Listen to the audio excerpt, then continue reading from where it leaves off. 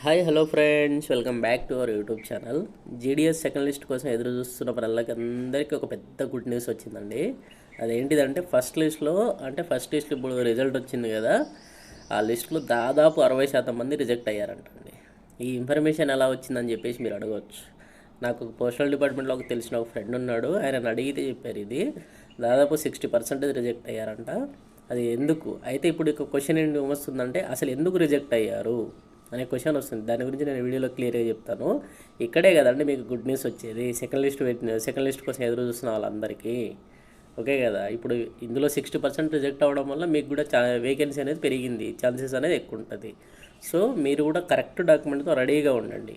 ఈసారి మీ పేరు లిస్ట్లో రావచ్చు కాబట్టి మీ వీడియోను పూర్తిగా చూడండి. ఇంకొకటి, జీడిఎస్ సెకండ్ లిస్ట్ ఎప్పుడు వస్తుంది, ఎలా చెక్ చేయాలి, మరింత డీటెయిల్ ఇన్ఫర్మేషన్ కోసం వీడియోని మాత్రం పూర్తిగా చూడండి. ఇంకోటి, నేను కట్ ఆఫ్ విషయం కూడా చెప్తాను. దీంట్లో ఒక్కొక్క స్టేట్ వైడ్గా ఇంత ఎలా ఉంటుంది ఏందనేది కూడా నేను ఒకసారి ఒక క్లారిటీ తోటి మీకు ఇన్ఫర్మేషన్ అయితే ఇస్తాను. ఓకేనా, వీడియోని మాత్రం పూర్తిగా చూడండి. ఓకేనా.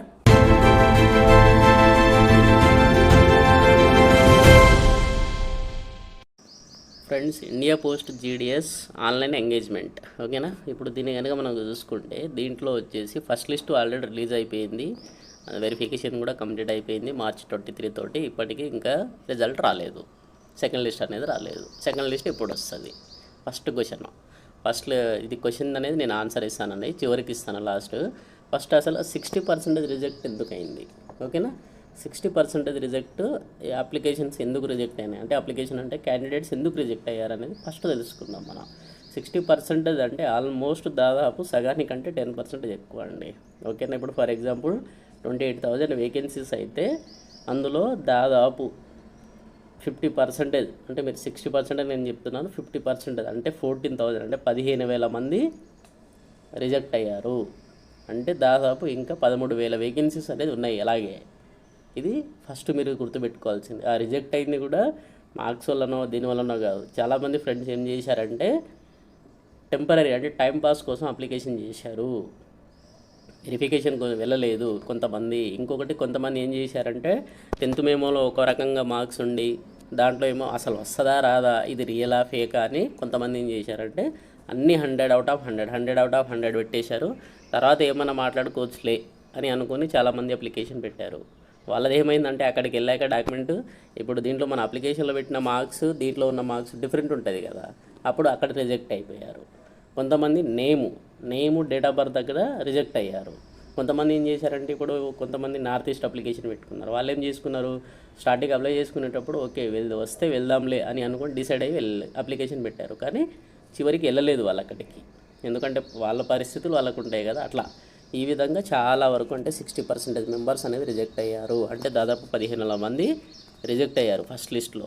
కాబట్టి మీకు సెకండ్ లిస్ట్లో 13,000 వేకెన్సీస్ అనుకోండి. మీరు 13,000 వేకెన్సీస్లో మీకు సెకండ్ లిస్ట్ రిలీజ్ అనేది అవుతుంది నెక్స్ట్. ఓకేనా, ఆ లిస్ట్ అనేది కూడా ఎప్పుడు రిలీజ్ అవుతుంది అనేది కూడా నేను చెప్తాను క్లియర్గా.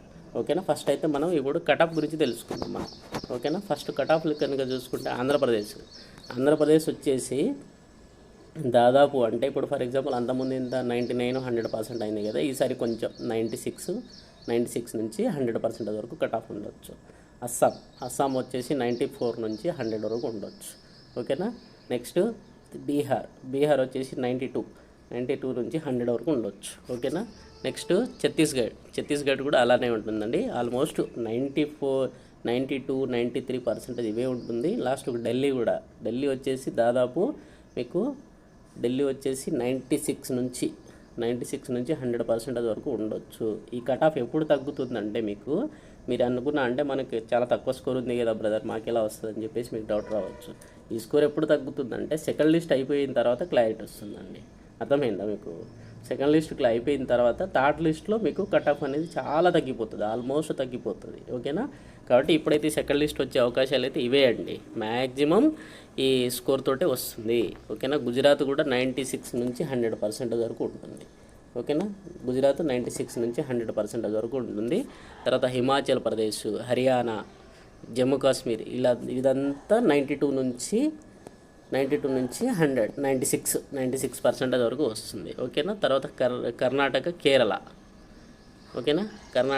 కర్ణాటక వచ్చేసి కూడా 96 నుంచి 100% వరకు ఉంటుంది. కేరళ అయితే మాత్రం 98 నుంచి 100% అయితే ఉంటుంది.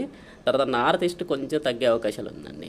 ఓకేనా. నార్త్ ఈస్ట్ వచ్చేసి కొంచెం ఒక 90 నుంచి 92% వరకు తగ్గే అవకాశాలు ఉంది. ఇది నేను చెప్పేది అన్రిజర్వ్డ్ అండి. ఇంకా బీసీ, ఓబీసీ, ఎస్సీ, ఎస్టీ వాళ్ళకి కొంచెం తగ్గే అవకాశాలు అయితే ఉంది. ఓకేనా. ఇక మహారాష్ట్ర కూడా మ్యాక్సిమం 90 నుంచి 93 వరకు అయితే ఉండొచ్చు. ఓకేనా. ఇక రాజస్థాన్, తమిళనాడు ఇవన్నీ కామన్గా ఒకటే ఉంటుందండి. కట్ ఆఫ్ అనేది మ్యాక్సిమం 92 నుంచి 96 మధ్యలో కంపల్సరీ అయితే ఉంటుంది వీటికి. ఓకేనా. ఇక మన తెలంగాణ కనుక చూసుకుంటే తెలంగాణ అసలు మామూలుగా కాదు. తెలంగాణ అనేది కంపల్సరీ 97 నుంచి 100% అయితే ఉంటుంది. ఇదైతే కంపల్సరీ. ఎందుకంటే కరోనా బ్యాచ్ టైంలో అందరికీ 100 అవుట్ ఆఫ్ 100 వచ్చింది. అసలు చాలామంది ఇంకోటి ఏంటంటే వేకెన్సీస్ ఉందని చెప్పేసి ఇష్టం వచ్చినట్టు అప్లికేషన్ పెట్టుకున్నారు. అంటే ట్రై చేద్దాంలే అని చెప్పేసి అప్లికేషన్ పెట్టుకున్నారు. ఏజ్ డిఫరెన్స్ వాటి వల్ల రిజెక్ట్ అయితే అవుతున్నారు. ఇదైతే కంపల్సరీ 100. కొంతమంది సరదా కోసం 100 టోటల్ 100 మార్క్స్ పెట్టుకుంటే వస్తుందా రాదా అని చెప్పేసి సరదా కోసం అప్లికేషన్ చేసిన వాళ్ళే చాలామంది ఉన్నారు. ఓకేనా. తెలంగాణలో మెయిన్లీ మన తెలంగాణలోనే ఇన్ని అప్లికేషన్స్ వచ్చాయి. అంటే దాదాపు ఫర్ ఎగ్జాంపుల్ ఒక 6000 నుంచి 7000 వరకు అప్లికేషన్స్ ఇవే ఉన్నాయంట.